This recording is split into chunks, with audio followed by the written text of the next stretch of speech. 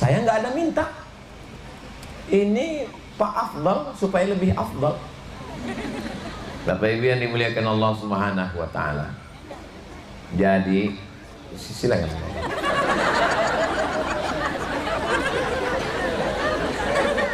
Masya Allah, tabarakallah. Ini memang luar biasa acara kita malam ini. Belum pernah saya acara seperti ini. Assalamualaikum warahmatullahi wabarakatuh.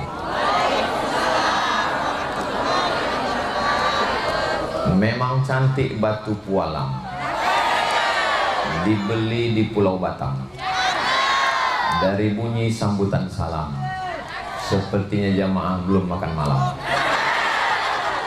Apa kabar Bapak Ibu semua, sehat? Alhamdulillahirabbil alamin. Allahumma sholli ala sayyidina Muhammad wa ala ali sayyidina Muhammad. Sholat duha itu jam 7 pagi sudah boleh. Tapi kalau jam 9, jam 10 itu waktunya disebut waktu yang betul. Sholat tahajud habis isya tertidur, terus jam 12 malam bangun, boleh tahajud. Tapi kalau jam 1, jam 2 itu lebih, itulah nama tuan rumah.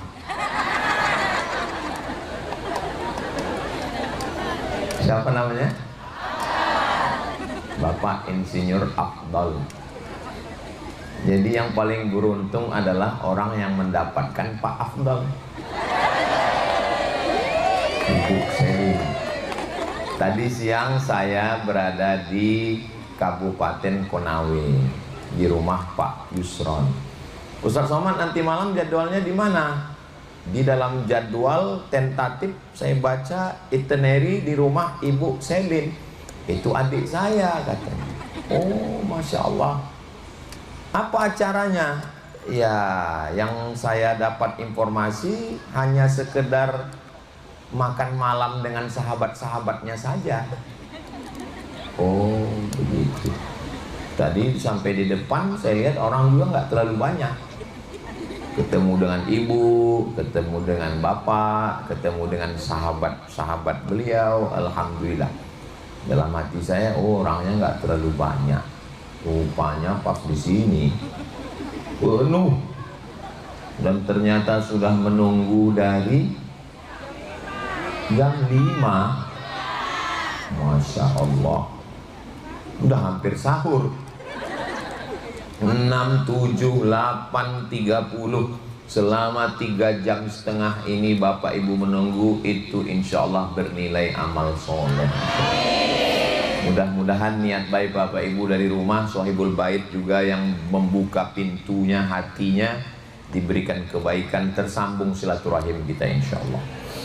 Bapak Afdal, Ibu Selin, Ibunda, kawan-kawan, sahabat-sahabat, hadirin, hadirat, muslimin, muslimat, solihin, solihat, yang belum kawin, yang belum sunat, semua yang hadir ini dimuliakan Allah Subhanahu wa taala.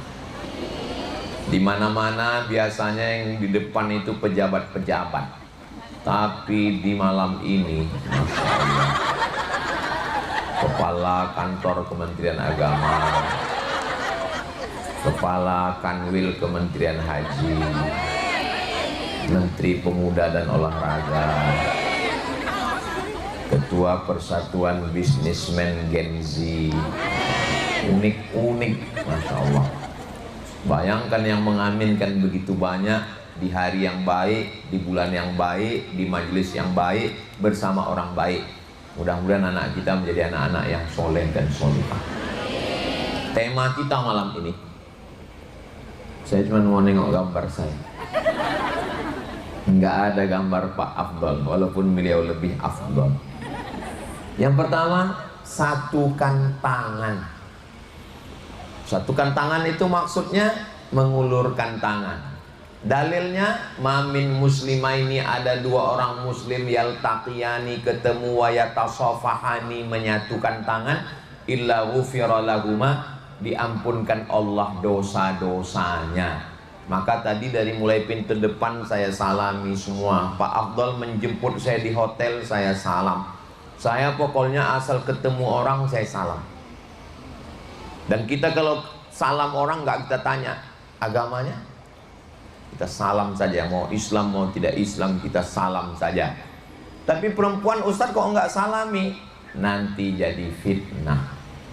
Ini saya jelaskan kenapa saya dari tadi tidak menyalami perempuan. Kenapa? Takut jadi fitnah. Saya nggak masalah, tapi begitu direkam, dimasukkan ke TikTok, dikasih backsound,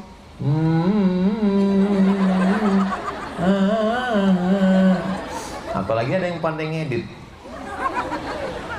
bisa perang dunia ketiga sebelum Donald Trump menyerang Iran. Ini saya jelaskan supaya jangan nanti apa itu Ustaz Somad itu tadi saya ulurkan tangan dia nggak mau jabat tangan. Oh itu udah dijelaskan Ustaz Somad kemarin. Jangan ada dusta di antara kita. Pak Ustadz, saya lihat ada orang selesai sholat salaman. Assalamualaikum warahmatullah. Assalamualaikum warahmatullah. Salaman. Hukumnya sunnah. Kalau sebelum sholat tadi dia belum ada salaman, masuk masjid sholat, selesai sholat dia salaman. Kata Imam Nawawi hukumnya sunnah. Tapi kalau sebelum sholat dia sudah salaman, Assalamualaikum Pak Haji, Assalamualaikum Bapak. Habis itu sholat, selesai sholat dia salaman, hukumnya mubah. Saya ulang sekali lagi. Kalau sebelum sholat dia belum salaman, selesai sholat salaman, hukumnya sunnah. Kalau sebelum sholat sudah salaman, habis sholat dia salaman lagi, hukumnya mubah. Yang nggak boleh itu Pak Ustadz, pas sedang sholat salaman. Sehat Pak Allah, batal sholatnya. Karena itu namanya harakah ajnabiyah, gerakan di luar sholat. Jadi salaman ini mau sebelum sholat, mau setelah sholat, mau di masjid. Idzal taqal muslimani, kalau ketemu dua orang, siapa yang paling mulia? Awwalu man yabda'u bis salam, yang pertama mengucapkan salam. Makanya tadi begitu turun mobil langsung saya ucapkan salam, assalamualaikum. Masuk rumah tadi saya ucapkan salam, assalamualaikum. Begitu sampai tadi di sini semua yang laki-laki saya salam sampai kemana. Untuk pemimpin-pemimpin saya belum salam. Mohon maaf ya Pak. Nanti ambil acara kita salam. Kira-kira Ustaz Somad bisa dimaafkan? Bisa kata mereka. Bapak Ibu yang dimuliakan Allah Subhanahu wa taala. Ada orang ini sholatnya rajin, puasa sunatnya rajin, zikirnya rajin, baca Quran rajin, tapi kalau mau salaman sama orang tangannya di kantong. Nunggu orang lain ngulurkan tangan, itu namanya, saya nggak ada ngomong gitu, itu namanya sombong, angkuh. La yadkhulul jannah, nggak masuk surga. Man kana fi qalbihi, siapa yang dalam hatinya mithqala habbatin min khardalin min kibrin, ada sombong sebesar biji sawi. Tahu biji sawi bapak-bapak? Tahu? Sebesar, mohon maaf, tai kecoa, tai coro kecil. Yang sombong kan Ustaz Somad. Ustaz Somad, kami duduk di lantai, kami duduk di bawah. Ustaz duduknya lantai 1, lantai 2, karpetnya 2 lapis. Saya nggak ada minta. Ini Pak Afdal supaya lebih afdal. Bapak Ibu yang dimuliakan Allah Subhanahu wa taala.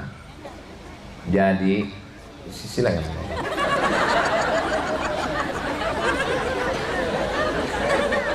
Masya Allah, tabarakallah. Memang luar biasa acara kita malam ini. Belum pernah saya acara seperti ini.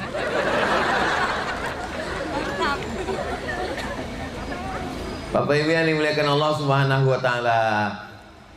Idzal taqal muslimani, kalau dua orang muslim bertemu, wa yatasafahani, berjabat tangan, tasaqat dzunubuhuma, dosa-dosanya gugur, Kama tasaqat auraqus syajar, seperti daun kayu yang kering dihembus angin gugur, begitulah dosa-dosa kita berguguran.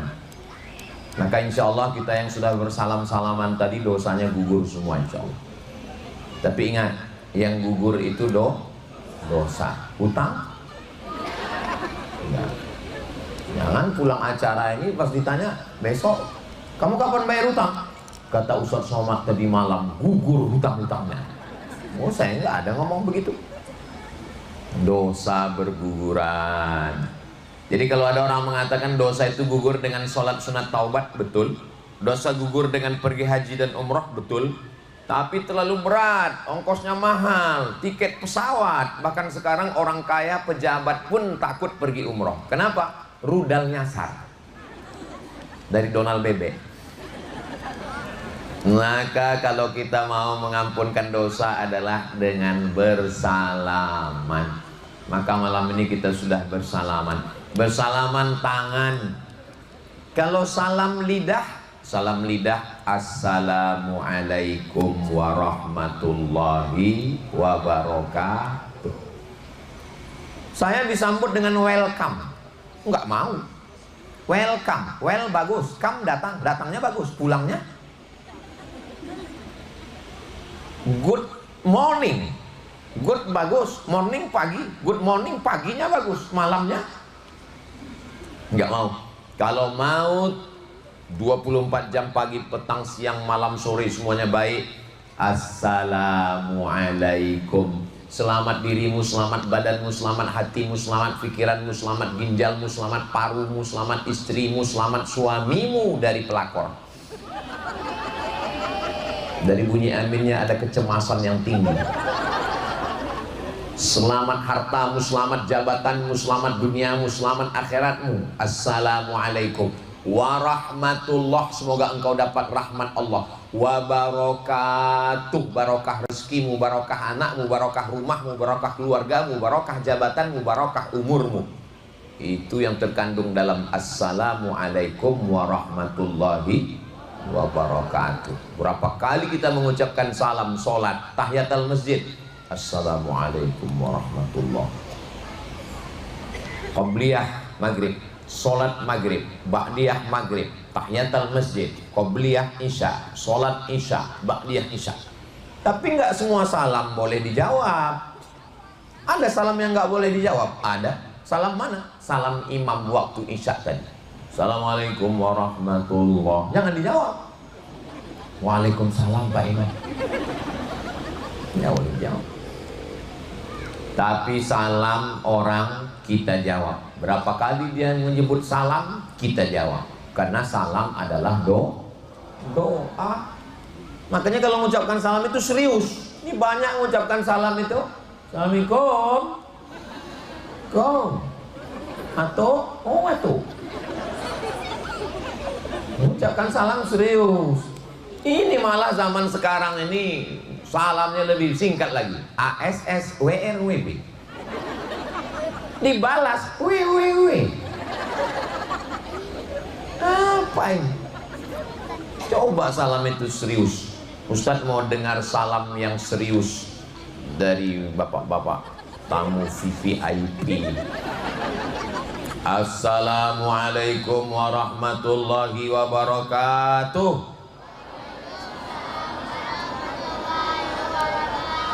Masya Allah.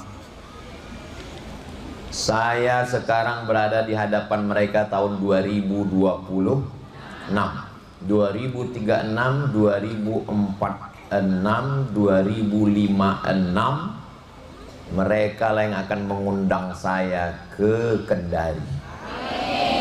Ada yang jadi gubernur, ada yang jadi menteri. 2036, 46, 56. Waktu itu Bapak Ibu udah meninggal. Saya masih hidup.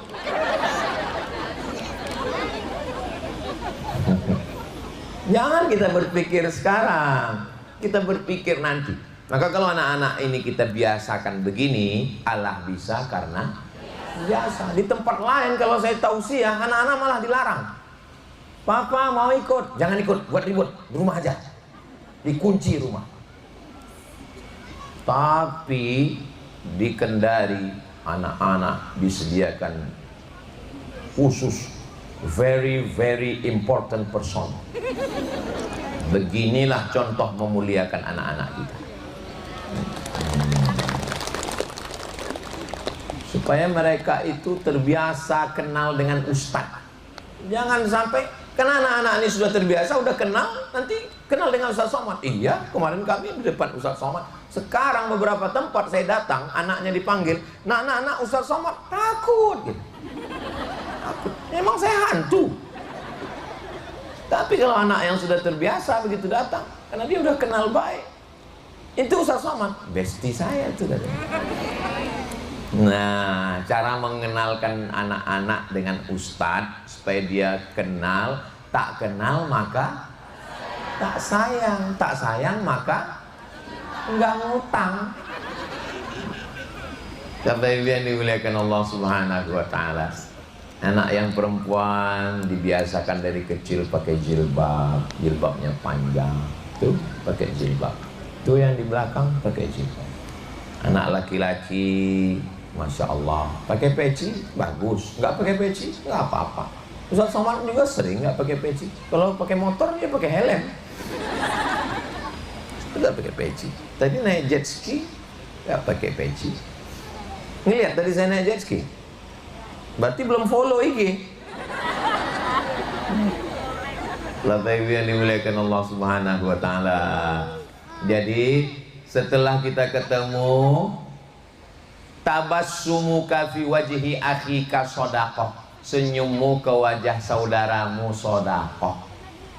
Kalau bisa kasih hadiah, nggak bisa kasih hadiah kasih senyum. Nggak bisa ngasih senyum, paksa-paksakan. Contoh senyum terpaksa. Hebatnya orang Indonesia. Orang Barat, orang bule, orang Arab kalau ketemu ya gini aja. Orang Rusia, orang Amerika, tapi orang kita nggak enak kalau nggak senyum. 5 kali ngelihat, 5 kali senyum. Perhatikan orang Indonesia. Hebat.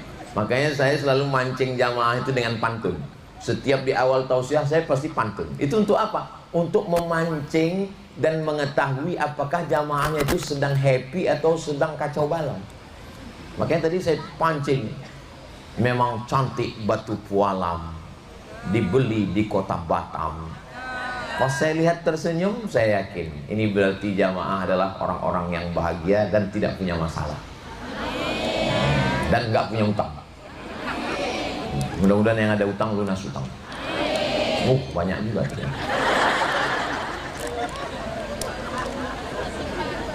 Pas ketemu senyum, habis itu ngulurkan tangan, habis itu mengucapkan salam.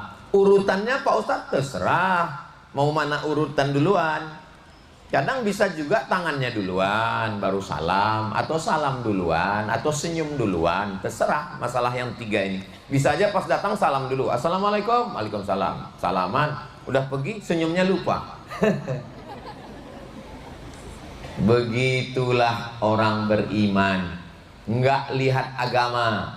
Wala ana abidum ma'abattum wala antum abiduna ma'abud lakum dinukum waliyadin. Tapi katanya kalau orang tidak Islam, Pak Ustadz, kita nggak usah mengucapkan salam. Iya, kita ucapkan selamat pagi, selamat sore.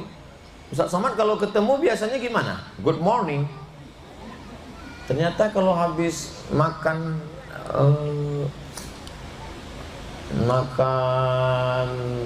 coto Makassar nih lancar bahasa Inggris kita. Bapak Ibu yang dimuliakan Allah Subhanahu wa taala, satukan tangan.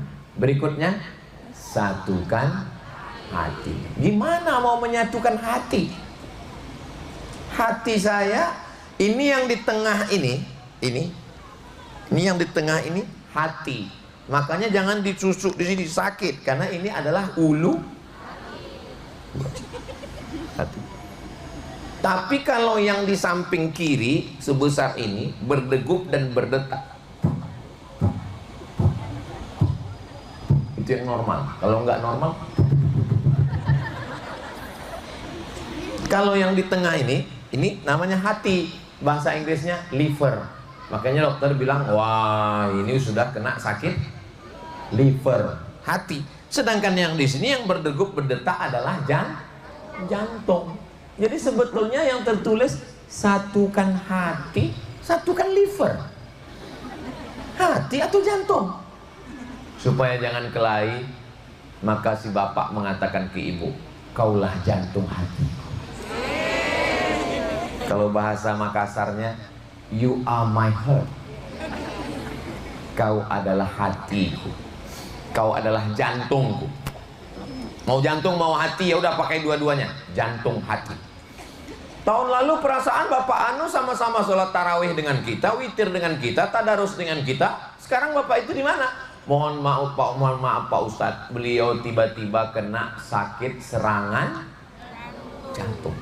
Karena pentingnya jantung, pentingnya jantung hati itu.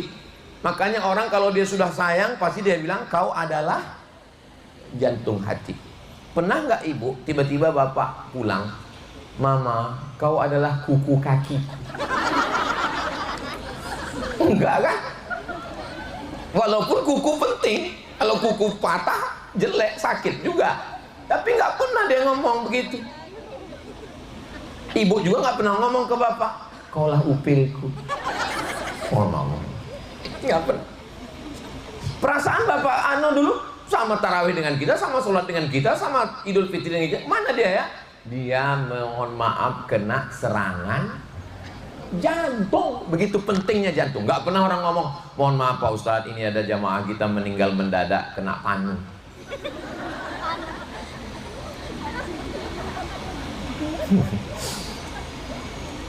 Saya di depan bapak-bapak ini kok lucu bawaannya. Menurut saya biasa serius saya ceramah. Jadi berpengaruh kalau kita ceramah terhadap audiens. Saya sekarang merasa SMP kelas 2 ini. Bapak Ibu yang dimuliakan Allah Subhanahu wa taala. Jadi menyatukan hati maksudnya, ya hati ibu ya di dalam dada ibu, hati bapak ya di dalam badan bapak. Hati saya maksudnya menyatukan perasaan. Karena rasa itu letaknya di hati. Rasa itu di hati. Aduh, papa kenapa bilang nggak enak perasaan saya pak? Nggak enak perasaan. Setiap kali orang ngomong perasaan pasti megang dada kan? Aduh nggak enak perasaan saya. Pernah orang nggak enak perasaan? Pasti selalu megang di dada. Nggak enak perasaan saya.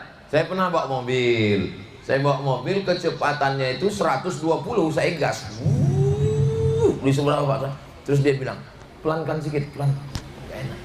Ternyata rasa itu letaknya di sini. Kita bertamu ke rumah orang, makanannya enak, minumannya enak, tapi cara nyuruhnya makan. Udah nggak enak perasaan kita kan? Tapi saya dengan Pak Afdal, masya Allah, kuahnya disendokkan, kerangnya disendokkan, hampir disuapkan. Apa enggak perasaan saya? Masya Allah, tenangnya hati saya, sampai enggak kenyang-kenyang saya. Makan terus, untung diingatkan. Ustaz Somad, tamu di belakang sudah ngumpul katanya. Saya sangka tamunya belum datang.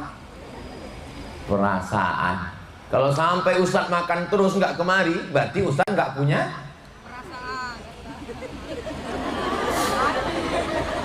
Inilah pentingnya kita menjaga perasaan. Saya bawa motor, koplingnya di tangan, giginya di kaki, gasnya di tangan. Tapi yang tertulis rambu-rambu lalu lintas, hati. Kenapa nggak kaki-kaki? Padahal kaki, padahal gasnya di tangan, kenapa nggak tangan-tangan? Yang melihat jalan, mata, kenapa nggak mata-mata? Karena mata, telinga, tangan, dan kaki diperintahkan oleh hati. Kalau hati sudah senang, ringan kaki melangkah, ringan tangan menghayun, undangan habis Isya, datangnya jam 5. Betul? Ini bukan teori, ini yang jawab betul, ini yang ini. Tapi kalau hati sudah nggak enak, nanti kamu datang, siapa yang tahu sih Ustadz Somad? Malas aku datang, dia nyindir-nyindir aku terus. Setiap aku tonton di TikTok, dia selalu nyindir saya. Dia bilang skincare belum merata, dia bilang saya zebra. Kunci dengar kajian Ustadz Somad itu satu, jangan tersinggung. Ada beberapa orang tersinggung dengar ceramah Ustadz di TikTok, meninggal. Bukan karena ceramahnya, memang ajalnya sudah sampai. Makanya pandai-pandai menjaga hati supaya jangan sampai sakit. Masya Allah. Ibu dengan bapak bisa duduk bersama, berumah tangga, laki-laki, perempuan, wajahnya beda. Ya beda, masa mukanya sama? Makannya beda, seleranya beda, sukunya beda, pulaunya beda. Kenapa bisa bersama? Karena satu hati. Makanya foto Idul Fitrinya kemarin,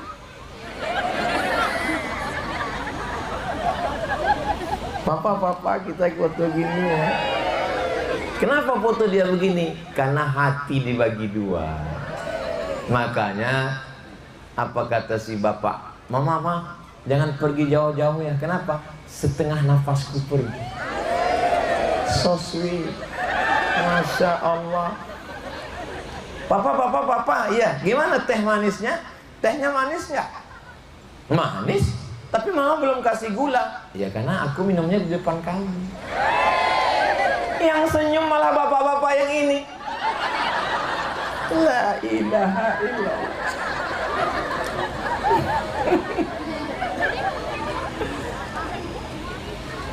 Papa, kamu orang Bugis? Bukan. Kamu orang Tolaki? Bukan. Kamu orang Buton? Bukan. Kamu orang apa? Aku orang Jawa. Maksudnya, aku adalah jawaban istikharahmu selama ini.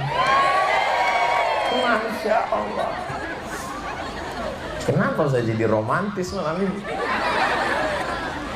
Itu tergantung suasana hati. Kalau hati kita lapang, hati kita nyaman, makanya waktu berdoa itu Nabi Musa minta dilapangkan hati. Bapak Ibu semua hafal doanya. Rabbi shrahli wa yassirli amri wahlul 'uqdatam. Allahu Akbar. Senangnya saya. Apa yang membuat Ustaz senang? Bapak-bapak ini hafal semua. Rabbi shrahli, lapangkan hatiku. Kalau hati sudah lapang, wa yassirli amri, urusan jadi mudah. Kalau urusan sudah mudah, wahlul 'uqdatam min lisani, ngomongnya lancar. Tadi saya mulai jam 8:30. Sekarang sudah jam 9. Lancar saya ngomong 30 menit. Padahal biasanya ngomong 30 menit ini rasanya lama sekali. Tadi saya bilang sama Ibu Mawar, Bu, Ustadz Endri, saya nggak mau ceramah karena ini adalah komunitas bapak-bapak, ibu-ibu, sahabat-sahabat Pak Abdal dan Ibu Selin. Jadi nanti kita buat tanya jawab aja. Saya nggak usah ceramah. Malah saya sudah ceramah 30 menit. Kenapa? Karena hati saya lapang. Kenapa hati saya lapang? Karena yang di hadapan saya juga hatinya lapang. Emangnya Ustadz pernah ceramah hatinya nggak lapang? Hati saya terasa sempit. Sampai saya lihat jarum jam seperti mati. Kapan itu Pak Ustadz? Waktu ceramah menjelang berbuka puasa. Jamaahnya ada yang mukanya seram, menengok saya macam nengok ayam goreng. Ada yang sebentar-bentar nengok jam, ada yang menggaru-garu kepala, ada yang seperti kuda nil.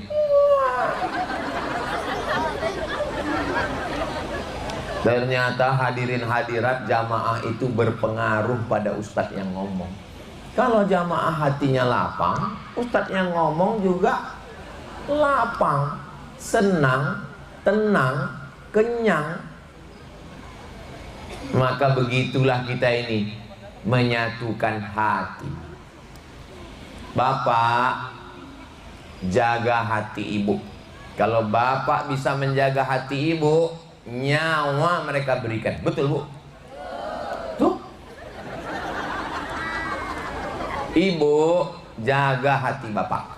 Kalau ibu bisa menjaga hati bapak, jangankan uang bulanan, sertifikat tanah, STNK, BPKB, surat, semuanya atas nama ibu.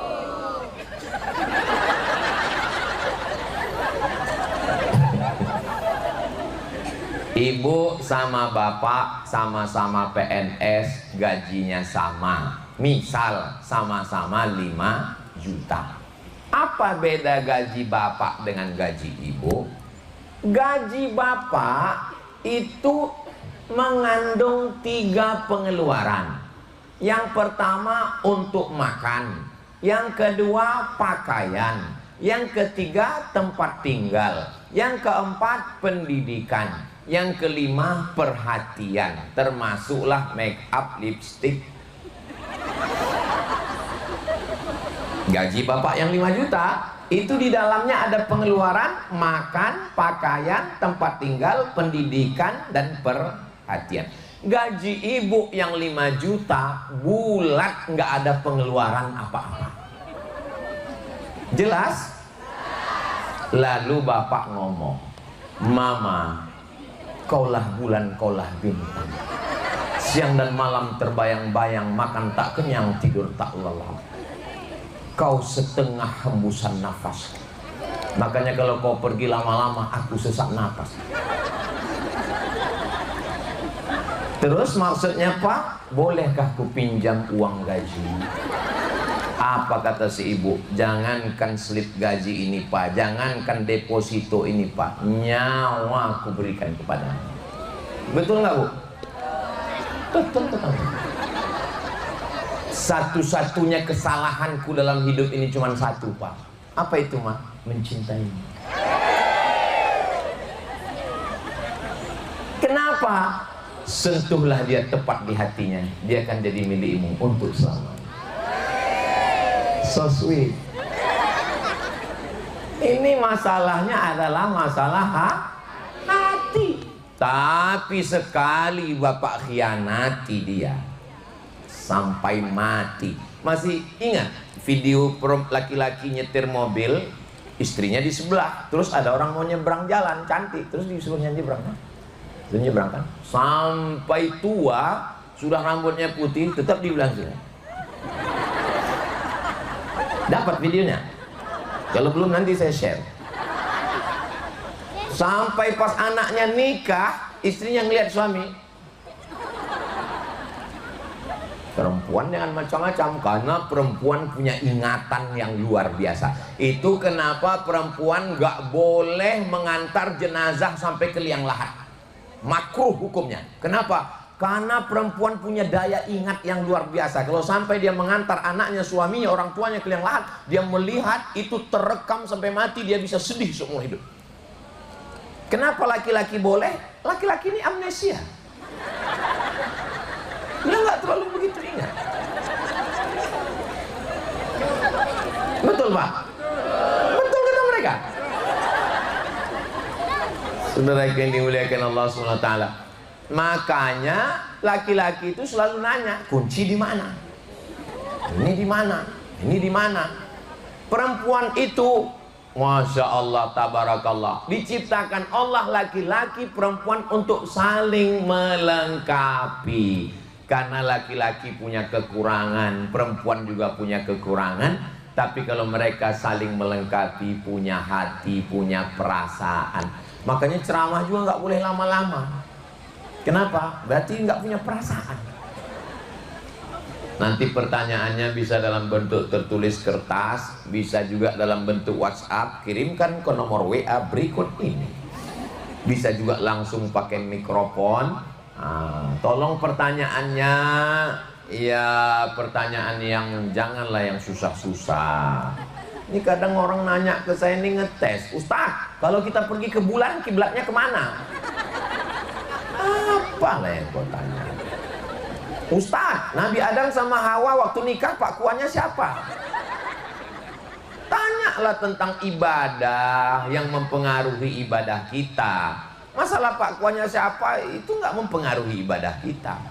Tapi kami lihat di YouTube itu semua Ustadz jawab. Iya, saya kan jawabnya kayak kertas. Kira-kira mudah saya jawab, yang enggak saya masukkan ke bawah. Saudara yang dimuliakan Allah, satukan tangan sudah, satukan hati sudah. Tapi bapak kan nggak pernah tahu isi hati istri, karena bapak bukan tukang sulap. Ibu juga nggak tahu apa yang ada dalam hati bapak. Innal kalama la fil fuadi. Sesungguhnya kalam itu letaknya di hati. Tapi saya Ustadz, saya nggak tahu apa yang ada di hati istri saya. Wa innama ju'ilal lisanu, diciptakan lidah untuk mewakili hati. Makanya kalau ibu mau sesuatu ngomong. Masalah perempuan ini ditanya dia nggak jawab. Pas bapak nanya, mama mau apa? Pas bapak pergi, baru dia ngomong. Betul nggak pak? Betul. Saya ini memang ustadz, tapi sekaligus juru bicara laki-laki yang teraniaya. Saya senang menyuarakan suara kalian pak. Makanya kami laki-laki ini susah. Jangan gara-gara ini lalu kalian takut nikah ya. Makanya ibu kalau mau tuh ngomong, mama kira-kira nanti mau dikasih hadiah apa? Enggak perlu apa-apa, enggak usah apa. Yang penting anak kita sekolah, yang penting udah aku mendapatkan suami seperti kamu, udah segalanya pak, sudah. Tapi pas tidak diberikan surprise, kamu masih sayang nggak sih sama aku? Kemarin nggak ngomong. Laki-laki ini bu, nggak bisa mikir banyak-banyak. Laki-laki itu hitam putih, iya tidak. Beda sama perempuan, kadang-kadang hitam, kadang-kadang ungu, kadang-kadang oranye, kadang-kadang pink. Laki-laki ini dia nggak banyak-banyak mikirnya. To be or not to be, yes or no. Makanya kalau laki-laki ditanya, kamu mau makan atau enggak? Makan. Kalau enggak, kenyang. Gitu aja. Tapi perempuan enggak gitu. Kita jadi keluar malam ini, enggak. Jadi. Betul bu? Betul katanya pak. Seni memahami perempuan. Tapi insya Allah di balik angin puting beliung, karangnya tajam, ombaknya deras, akan melahirkan nahoda kapal Titanic. Artinya apa? Kalau bapak kebetulan di rumah menghadapi angin puting beliung, karangnya tajam, berarti bapak adalah nahoda kapal yang luar biasa, mengalahkan bapak angkatan laut. Saudara yang dimuliakan Allah Subhanahu wa taala, memahami perasaan. Orang kalau dia sudah lama menikah, belum ngomong dia sudah tahu. Begitu istrinya begini, dia udah tahu. Begitu juga sebaliknya. Begitu suaminya begini, dia mau kopi. Gini, gula 2 sendok. Dia udah tahu. Pakai bahasa isyarat saya dia sudah tahu. Kenapa begitu? Karena Allah bisa, karena sudah terbiasa dengan bahasa-bahasa. Mudah-mudahan kita bisa saling menghargai, saling menghormati, bisa merasakan perasaan orang lain. Puncak dari iman bukan haji bolak-balik ke Mekah. Puncak dari iman bukan sholat tahajud sampai keningnya hitam. Puncak dari iman adalah la yu'minu ahadukum, kamu belum beriman hatta yuhibba li akhi, sampai kau sayang kepada saudaramu ma yuhibbu li nafsih, sama seperti sayang pada diri sendiri. 30 hari kemarin kita nggak makan, nggak minum, tujuannya untuk apa? Diet. 30 hari kemarin kita nggak makan, nggak minum, tujuannya untuk apa?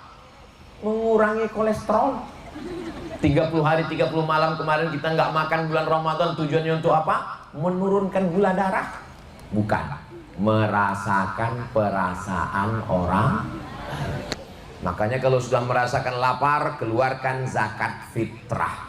Makanya kita disuruh banyak-banyak bersodako, karena kita sudah merasakan perasaan orang lain. Begitulah Islam ini menjaga itu makna sehati. Satukan tangan, satukan hati, saling memaafkan. Ibu sudah maafkan bapak? Bapak sudah maafkan ibu? Kemarin kan videonya sudah viral. Bapak duduk di atas kursi, ibu di bawah. Lalu ada komen di bawah, makhluk terkuat sedang minta maaf. Ada videonya nangis, Papa, maafkan aku yang penuh dengan kekurangan. Habis itu muncul video baru, 1 minute later. Saudaraku yang dimuliakan Allah Subhanahu wa Ta'ala, sesungguhnya Bapak Ibu bisa hidup bersama ini bukan karena nggak punya salah, bukan karena nggak silap, tapi karena sering memaafkan. Itu sering memaafkan. 2, memaafkan dan minta maaf. Kira-kira yang berat ini minta maaf atau memaafkan? Kalau menurut ibu dari grup merah menyala, yang lebih berat ini, kami sama soalnya, topi saya merah. Yang lebih berat ini memaafkan atau minta maaf, Bu? Minta maaf. Kalau saya yang berat itu memaafkan, karena saya selalu minta maaf. Bapak Ibu saudaraku sekalian, kalau ada kata-kata yang tidak berkenan di hati, menyinggung perasaan, maukah Bapak Ibu memaafkan saya? Biasanya gitu kalau mau selesai ceramah, masih lama lagi. Yang berat kata ibu meminta maaf. Jadi tergantung masing-masing. Ada yang berat itu memaafkan. Saya minta maaf di dunia. Kenapa? Daripada mencarinya nanti di akhirat. Apalagi mencari orang Kendari ini di akhirat ini susah. Nyari orang Kendari di akhirat ini susah, karena orang Kendari ini baik-baik. Pasti mereka nanti pas saya tanya, malaikat, iya, orang Kendari di mana? Mereka di surga semua. Orang Kendari masuk surga. Sampai di surga mereka nanya ke malaikat, Ustadz Somad di mana? Kata malaikat, Ustadz Somad sudah lama nunggu di ruang VVIP. Amin kan? Sebetulnya saya cuma minta doa amin dari orang baik-baik. Cuman cara saya begitu. Kadang kita masuk surga bukan karena amal kita. Kita masuk surga karena doa orang lain. Orang lain yang nggak punya kepentingan. Orang lain yang nggak ada kepentingan apa-apa dengan Abdul Somad. Tapi di tengah malam dia berdoa, ya Allah, Ustadz Somad mau ke Kendari. Nanti kami akan kumpul di rumah Pak Abdal, Ibu Selin. Sehatkan dia sampai di malam terakhir, hari malam Jumat, malam Senin, ya Allah. Setelah itu mau mati, matikanlah dia ya. Itu maka umur saya masih panjang sekarang, karena orang terus mendoakan saya. Ini habis dari sini nanti jadwal saya ke Jawa Timur. Orang Jawa Timur mendoakan. Habis dari Jawa Timur saya pergi lagi nanti ke Sabah, Sarawak. Orang Sabah mendoakan. Habis itu mendoakan. Nah, jadi kita minta maaf karena daripada kita minta maaf mencari orang di akhirat susah. Di dunia aja saya nyari beberapa teman saya di internet sampai sekarang belum ketemu. Kami sudah buat reuni di pondok, dia nggak datang. Saya cari, saya ketik namanya Rio Catur Pandapo Tandamani, nggak dapat. Biasanya kita kalau punya teman itu pasti nama yang unik-unik. Dulu waktu di kelas dipanggil nama dia Rio, ditanya sama guru, kenapa nama kau Rio? Karena waktu saya lahir bapak saya di Rio de Janeiro. Catur, karena bapak saya waktu itu main catur. Pandapotan bahasa Batak artinya pendapatan. Damanik marganya. Apa artinya? Waktu bapak saya main catur di Rio de Janeiro dapatlah saya Saya ketik di internet, nggak ketemu, nggak punya FB dia, nggak punya IG, atau dia pakai nama lain. Di dunia aja susah kita nyari orang, apalagi di akhirat. Dan yang paling menakutkan kalau kita nggak minta maaf, puasa kita terbang, sodakoh kita hilang, haji kita melayang, hatam Quran kita sia-sia. Kenapa? Karena semua pahala kita berpindah pada orang yang kita aniaya, yang kita zolimi, yang kita sakiti. Ini yang ngomong bukan saya. Bagi yang belum minta maaf, rendahkan egomu, jatuhkan semua, mintalah maaf. Pak Afdal, itulah hebatnya Pak Afdal dan Ibu Selin.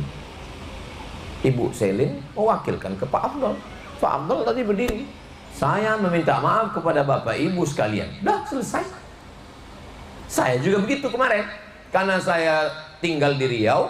Pas Idul Fitri saya di Jawa Timur, Jombang, tempat mertua.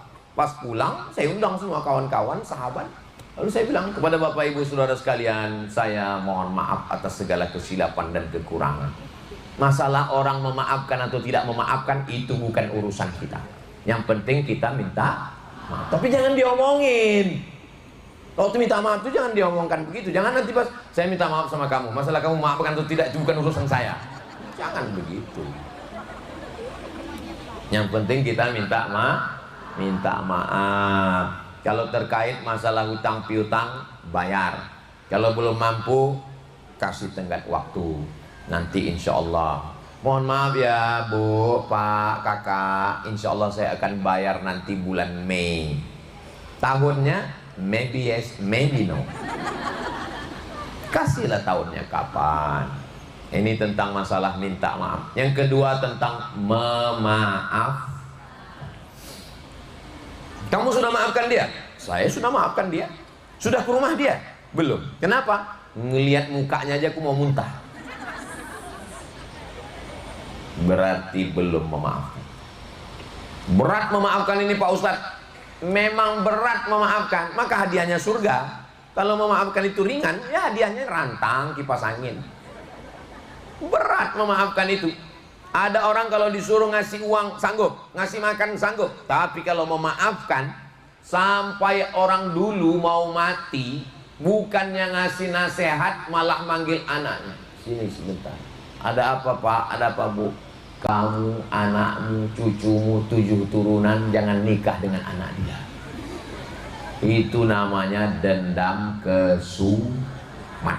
Kesumat itu bahasa Arab khusumat, artinya dendam yang amat sangat dahsyat, hebat. Makanya kita membersihkan hati. 3 yang mau disampaikan malam ini. Satukan tangan, satukan hati, meminta maaf dan memaafkan. Kalau kita nggak memaafkan orang, wajah kita kusut.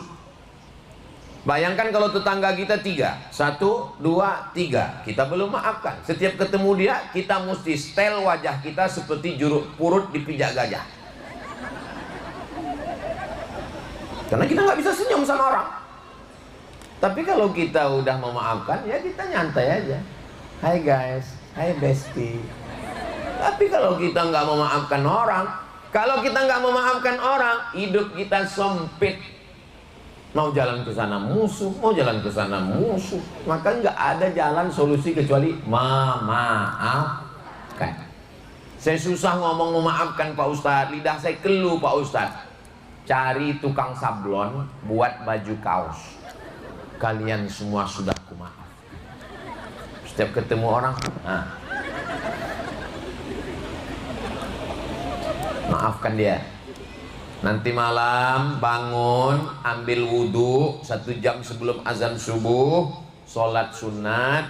Ya Allah, semua yang menyakitiku, menzolimiku, kata-katanya kasar, menyinggung perasaanku, mereka sudah kumaafkan ya Allah. Kumaafkan mereka semua ya Allah. Saya nggak bisa maafkan dia Pak Ustadz. Sakit hati saya Pak Ustadz. Kata-katanya kasar. Enggak Pak Ustadz. Ngomongnya kasar. Enggak Pak Ustadz. Terus kenapa hatimu sakit? Mobilnya baru Pak Ustadz. Dan setiap lewat dia klakson, tim.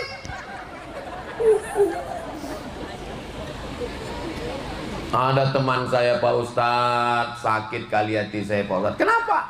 Satu kampus, satu kelas, satu angkatan sama-sama wisuda Pak Ustadz. Terus dia nikah duluan. Apa masalahnya? Kenapa kau terganggu? Masalahnya saya yang ngantar perempuan itu Pak Ustadz untuk ospek, untuk ke kampus. Kenapa dia dimiliki orang lain? Kuatkan jiwamu, kuatkan batinmu, datang ke acara walimah pernikahan, naik ke atas pelaminan, ucapkan barakallah lakuma wa baraka alaikuma wa jama'a bainakuma fi khair. Kuatkan, tunjukkan bahwa kau laki-laki yang gagah perkasa. Begitu saudara-saudaraku sekalian. Gimana? Siap? Begitu. Kalau mau nangis nanti pergi ke dekat-dekat pantai, di dekat Kendari sana, udah nggak ada orang baru nangis. Kalau ada orang cuci muka cepat. Lalu ditanya, kau nangis? Enggak. Dunia ini terlalu kecil untuk ditangis. Jangan katakan kaulah satu-satunya saya. Jangan. Kalau kau mau, kupinang kau dengan bismillah. Kalau kau nggak mau, bunga bukan setangkai, kumbang bukan seekor, patah tumbuh hilang berganti, hilang satu tumbuh seribu. Begitu. Gimana bapak-bapak sekalian? Siap? Siap aja. Jangan ajarkan anak kita melo, campakkan ke laut. Saudara yang dimuliakan Allah Subhanahu wa taala. Jadi kita ini memaafkan orang. Ketika dicari jenazahnya, mana jenazahnya, mana jenazahnya? Ternyata jenazahnya hidungnya digunting, telinganya dipotong, ditusuk pakai benang, dijadikan sebagai liontin, digantungkan di leher. Dadanya dibelah, jantungnya dikunyah. Nama laki-laki itu Hamzah bin Abdul Muttalib, paman kandung Nabi Muhammad sallallahu alaihi wasallam. Yang menggunting, yang memotong, yang menusuk, yang membelah laki-laki berkulit hitam namanya Wahsy. Siapa namanya? Wahsy. Tahun ketiga Hijrah. Nabi mendoakan jenazah pamannya sampai tangisnya tersedak ke kerongkongan saking sedihnya. Akhirnya dimakamkan di pemakaman Masjid Nabawi, terus ke belakang lokasi perang Uhud. Panjang umur sehat badan kita naik ke Bukit Uhud. Tahun ketiga, tahun keempat, tahun kelima, tahun keenam, tahun ketujuh, tahun ke-8, 5 tahun setelah itu Nabi bawa 10.000 pasukan berkuda, pakai tombak, pedang, baju besi.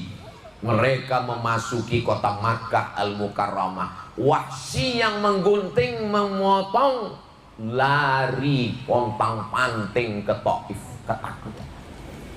19 hari Nabi di Makkah, Wahsy nggak pulang. Setelah Nabi pulang ke kota Madinah, Wahsy baru pulang. Dia sangka Nabi Muhammad balas dendam. Dia kaget. Nggak ada satupun yang dibunuh Nabi, nggak ada satupun yang digunting Nabi, nggak ada satupun yang dipancung Nabi, nggak ada satupun yang dipotong Nabi. Akhirnya Wahsy pergi ke Madinah menjumpai Nabi Muhammad sallallahu alaihi wasallam. Berhadapan dengan Nabi. Nabi bertanya, "Anta Wahsy? Kamu Wahsy?" "Iya." "Qatalta Hamzah, kau yang sudah membunuh Hamzah, menggunting hidung Hamzah, memotong telinga Hamzah, merobek jantung Hamzah." "Iya." Kira-kira apa yang dilakukan Nabi terhadap Wahsy? Jangan kemana-mana, kita lanjutkan setelah yang satu. Gitu kalau ceramahnya di TV. Nabi memanggil Wahsy, "Ta'al Wahsy."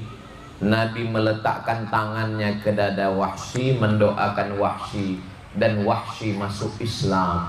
"Asyhadu an la ilaha illallah wa asyhadu anna Muhammadan Rasulullah." Dan Wahsy pulang ke kota Makkah Al-Mukarramah. Maaf, Ibu yang merasa sakit hati selama ini, apakah hidung suami ibu ada yang ngotong? Enggak ada. Bapak yang sakit hati selama ini, apakah telinga istri bapak ada yang gunting? Enggak ada. Kalaupun ada, itu permintaan dari bapak. Di sini bapak di Kendari ini orangnya baik-baik semua. Saudara yang dimuliakan Allah SWT. Jadi kalau hanya sekedar sakit hati, tapi Ustaz Abdul Somad kan kami nggak tahu apa isi hati Ustaz Abdul Somad. Doakan supaya Ustaz Abdul Somad ringan melakukan dua, ringan minta maaf dan memaafkan orang lain. Pembalasan Allah, Bu, lebih dari yang kita pikirkan. Nggak usah ajarkan Allah untuk membalas orang yang menganiaya kita. Saya sudah lama hidup, sudah saya lihat perbuatan orang yang menzolimi kita. Kalau kita serahkan sama Allah, pembalasannya luar biasa. Ini kadang banyak orang ini ngajari Allah, ya Allah sakit kali hatiku sama dia, kalau bisa matikan dia, kalau bisa jangan mati, buat stroke 6 bulan. Ngapain kau ajari Allah? Serahkan aja sama Allah Subhanahu wa ta'ala. Pembalasan Allah luar biasa. Saya sudah banyak mengalami perjalanan hidup, dan orang-orang yang menzolimi, yang menganiaya kita maafkan. Setelah itu kita serahkan pada Allah. Pembalasan dari Allah. Kalaupun mau mendoakan, doakan dia terbuka hidayah. Ya Allah, bukakan pintu hidayah untuknya, insya Allah. Amin ya Rabbal. Udah jam 9.25. Akhirnya 55 menit saya sudah menyampaikan tausiah ini. Padahal tadi rencananya mau jawab pertanyaan. Protokol belum juga ngasih kertas pertanyaan. Kalau ada pertanyaan saya jawab. Kalau nggak ada pertanyaan kita lanjutkan sampai sahur. Siap? Bapak siap? Ibu siap? Bapak-bapak VIP siap? Saya mau mati.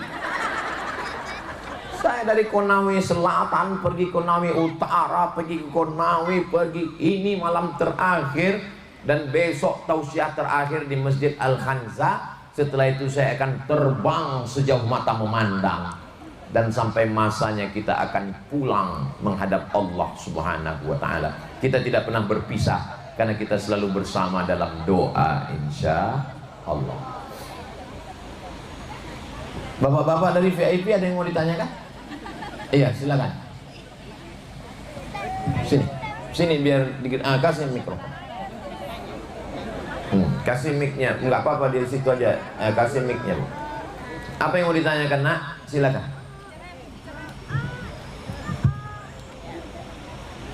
Istikharah dulu.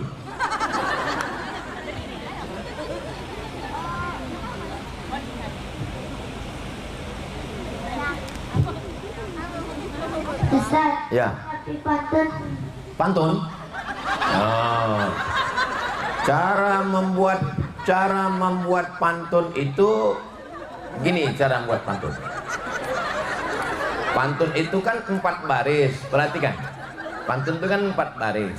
Nah, buat dulu yang 2 di ujung. Buat dulu yang 2 di ujung. Misalnya ada anak yang ganteng dari Kendari. Buat dulu yang 2 di ujung. Anak-anak ganteng dari Kendari. Kalau tuan menangkap banteng, banteng di bawah pohon kemiri, aku melihat ada anak ganteng dari Kendari. Nah, begitu caranya. Jadi yang 2 dulu dibuat.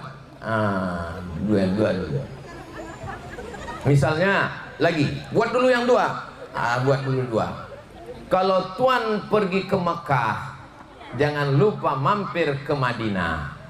Pertanyaannya mudah-mudah dari ibu-ibu berjilbab merah. Jadi dibuat dulu yang 2 di ujung, baru 2 di atas. Gimana kira-kira? Bisa? Nanti latihannya. Cara buat pantun begitu. 2 di ujung, baru 2 di atas.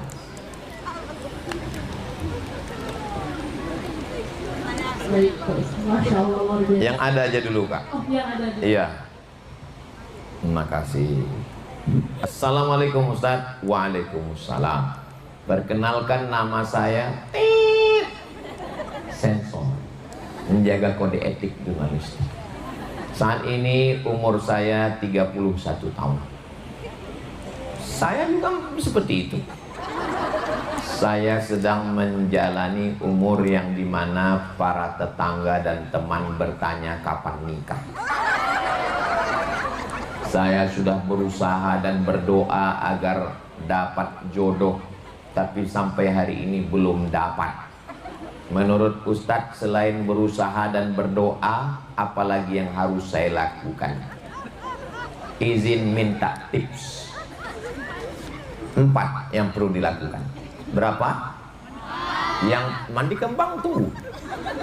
Yang pertama usaha. Yang kedua doa. Yang ketiga tawakal. Yang keempat ridho. Yang pertama usaha. Usahanya apa?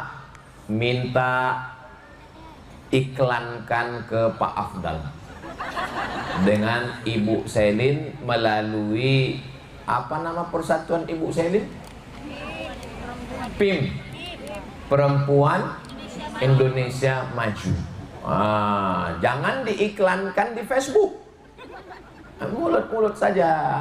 Ini mulut ke mulut. Kau ada nggak ini persediaan ban serap yang belum dipakai? Kemudian ke Ibu Mawar, beliau ada komunitas Al-Khansa. Itu jamaahnya banyak. Itu salah satu usaha. Yang kedua doa. Doanya bisa ikuti semua doanya. Rabbi la tazarni fardan. Ya Tuhanku, jangan biarkan aku sendirian. Wa anta khairul warisin. Engkau sebaik-baik pemberi waris. Rabbi la tazarni fardan wa anta khairul warisin. Yang membaca doa itu yang belum nikah saja. Bapak jangan baca itu, Pak. Apalagi kalau pas tahajud nanti malam. Rabbi la tazarni fardan wa anta khairul warisin. Datang belakang. Apa kau bilang kan? Doa. Sholat hajat 2 rakaat. Usolli sunnatal hajat. Hajatnya cukup dalam hati, gak usah disebutkan. Apalagi kalau sholatnya di masjid. Hajatku supaya dapat suami, ya Allah.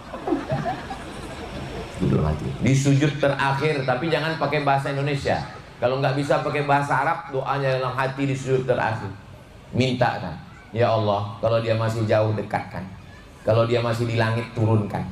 Kalau dia masih di dalam bumi keluarkan. Kalau dia masih di air naikkan ke darat. Asal jangan buaya darat. Yang pertama usaha, yang kedua doa, yang ketiga setelah itu tawakal. Tidak sulit bagi Allah. Tidak ada yang susah bagi Allah. Innama amruhu idza arada syai'an ayyakula lahu kun. Saya banyak teman jamaah yang nggak nikah itu, nggak pernah saya tanya kapan nikah. Nikahlah, ini kan udah mau Ramadan. Memang mau dibanguni pakai mercon? Jangan ejek. Kalau ada kawan yang nggak mau nikah, saya nggak mau ngejek depan orang banyak, mempermalukan, jangan. Biasanya saya ajak 4 mata. Kenapa kau belum nikah? Kalau dia laki-laki, pertanyaan pertama yang saya tanya, kau masih ada selera ngeliat perempuan? Untuk ngetes dia sehat atau sakit? Kata dia, aku masih ada selera. Ada perempuan yang cantik kau lihat? Ada. Mana nomornya, mana FB-nya, mana Instagram-nya? Ini. Besok pagi kita datangi dia. Saya nggak mau basa-basi. Langsung. Dulu sebelum saya viral, saya mau datang. Kalau sekarang saya nggak mau. Kalau sekarang takutnya nanti orang tuanya bilang, sama Ustaz Somad aja. Kepedean Ustaz Somad. Jadi kalau kita mau nolong teman kita gitu, jangan ejek. Sudah banyak yang jadi, alhamdulillah. Jangan ejek, jangan olok saudara kita. Jaga perasaannya. Orang yang belum punya mobil, jangan cerita mobil. Orang yang belum punya rumah, jangan cerita rumah. Orang yang belum punya anak, jangan cerita anak. Orang yang belum punya suami, jangan cerita suami. Dan yang sudah punya suami, syukuri suami. Suami yang menurut ibu membosankan, memuakkan, menjemukan, itu adalah suami pangeran yang diimpikan jomblowati sejati. Istri yang menurut bapak memuakkan, membosankan, itu adalah bidadari surga yang dinanti-nanti jombloan sejati. Oh, itu betul kata mereka. Bersyukurlah sudah diberikan Allah pasangan. Tidak ada yang sulit bagi Allah. Innama amruhu idza arada syai'an ayyaqula lahu kun. Apa kata orang-orang tua kita? Asam di gunung, garam di laut, bertemu juga di supermarket. Kalau orang barat, pepatahnya tidak begitu. Man from Mars, woman from Venus. Laki-laki dari planet Mars, perempuan dari planet Venus, ketemunya di planet bumi. Karena mereka lebih pada ilmu astronomi.